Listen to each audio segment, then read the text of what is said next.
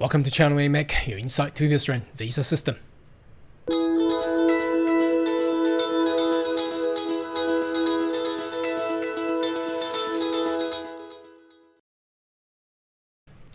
Good day everyone, my name is Carl Young, your online YouTube visa consultant. Are you interested about migrate to Australia? Why don't you consider to subscribe to my channel and turn on the bell on the side, so once we have all the updates and news, be the first one getting all the insight. Now, last week has been, well, not quite exciting, but there's definitely some updates on the skill migration, especially on the state and territory nomination. Now, you probably already seen the news, but I would like to go through with this video, and perhaps a lot of people wanted to just to watch how the process and how I explain everything there. So there's two updates for the state of Victoria and Northern Territory. Now you may wonder, well, what are they doing? Why are they doing this just right before Easter? Well, at least they are doing something, but I think a lot of other states are basically waiting until July. I mean, look, it's almost, once we get Easter, it's April. There's only April, May and June left for the financial year of 2022 and 23. So I think a lot of states would probably just leave it, stay cool, despite they still got quota to use, but I think they wanted to save it for the upcoming financial year.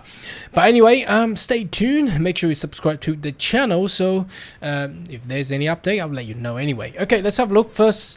Let's direct you to the state of Victoria. Now I've received this email. I'm trying to magnify it bigger, so a little bit blurry, but the key here is to actually get you the right information. So what have they done? Now obviously the state of Victoria has basically dropped all the criteria down to the origin, to back to zero, back to origin. So there's not quite of any issues there. But what are they saying here? It says skill work regional visa subclass 491 now open for metropolitan Melbourne applicant. Well, I don't know how this will work. I mean, would this actually I mean, if you're already in the metropolitan Melbourne, do you want to relocate yourself to regional Victoria? No, I doubt about this. But anyway, you probably will continue to wait for 190. But what does it say? It says onshore candidate living and working in metropolitan Melbourne can now submit ROI for subclass 491 nomination. So once you got it, what you need to do is you will relocate. Look at this: relocate to work and live in designated regional area of Victoria. Now, I don't know. If you've already been living in metropolitan Melbourne, and suddenly once you get nominated by subclass 491, you're required to go to regional. Do you want to do that? Well, at least they put something out there. I'm not too sure if I would really prefer, well, I mean, recommend this to my client, because you can wait, you can continue to wait for 189 or 190. Why do you bother wanting to go to designated regional area? I don't know if this is gonna work anyway. So let's go to the actual web page of the Victoria's immigration site. So skill work regional provisional visa. So again, it says who can apply. So you need to commit yourself to live in regional Victoria. Oh, I'm not too sure if anyone would like to do that. I mean, like for example Geelong, but Geelong is, well, look, I'm not too sure. It's very cold there.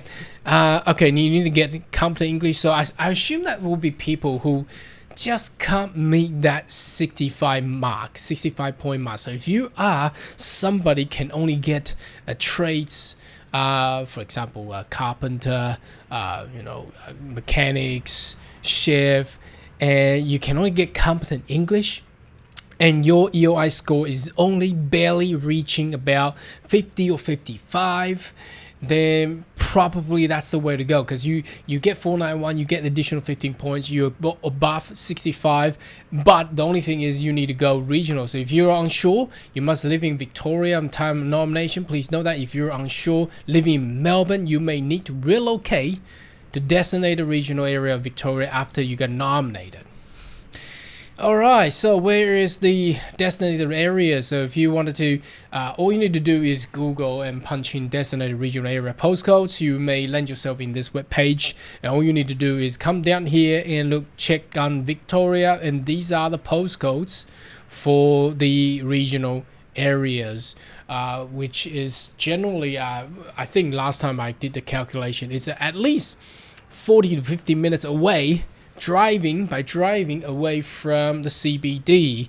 You can go up north, west, east, or south. So either way you want to go, and that's the way to go. So how do you feel about that one? I mean, I think this is more for people who cannot just barely reach EOI points at about 50 or 55. So if you are confident, again, in my channel, I've recommended people to improve your EOI points by getting a better English proficiency, or perhaps any other ways to actually, or work experiences to increase additional experience points for EOI. Otherwise, if you are desperate to get something and you're barely reaching 50 or 55 points, I think that's the way to go. You need to go under subclass 491 and go regional. Okay, so at least that's a good thing. So as long as you're living in Victoria, in Melbourne, and you're prepared to go, that's where to go. Now, next one, we move to a Northern Territory. Now, not too exciting about Northern Territory because again, Northern Territory, Tasmania are the two that I never strongly recommend people to go, because the economy there is just small. Where to find work and job employment is low, but there's still opportunity there if you really like the place there. Now they are open for offshore GSM. I mean, well, about time, and this is almost April. Why do they consider open offshore general skill migration in late March 2023? I mean, why might as well just wait for July, isn't it? I'm not too sure. But anyway, nomination eligibility criteria. Let's have a look. And reduce work experience requirements for 1 year down from 3 years in most occupations. So I'm not too sure. If you do have work experiences offshore, why not go somewhere else? Why do you want to go to Northern Territory? I mean, if we look at New South Wales and Victoria, they probably don't even need it anyway. But I'm not too sure why Northern Territory. I think they just don't have enough quota to actually play around with their skill migration sector there. More occupation added to the priority occupation stream. I think most of them will be there. Expansion of family support stream enable regional provision. Subclass 489, 491, and 494 visa holder. Those who holding bridging visa after they apply regional permanent residency. So 887 or 191. Visa to support family stream. So what does that mean? That means if you do have a family all sorts in Northern Territory who is permanent resident or citizen, or they hold 489, 491, or 494 visa or bridging visa that are applying for PR, you are able to actually sponsor your relative in order to getting that 491 there. I think personally, that's still going to be a little bit hard. I mean, because as I said at the beginning, I never strongly recommend going to Northern Territory or Tasmania, because I've just seen too many people going there, migrated there, and just cannot find any suitable job and work there. Again, my view is the government of Australia, either it's going to be state or territory or federal, they need to improve their infrastructure, whether or not going to be city. It doesn't have to be the whole state, but the urban area, the metropolitan area needs to be improved in order to increase the employability and also the business and commercialization there, in order to get more skilled migrant there. And I think you will agree with me on that one anyway. So these are the two updates for Victoria and Northern Territory. And should you have more question, query, more than welcome to leave comment right down below. And I'll see you next video. Goodbye.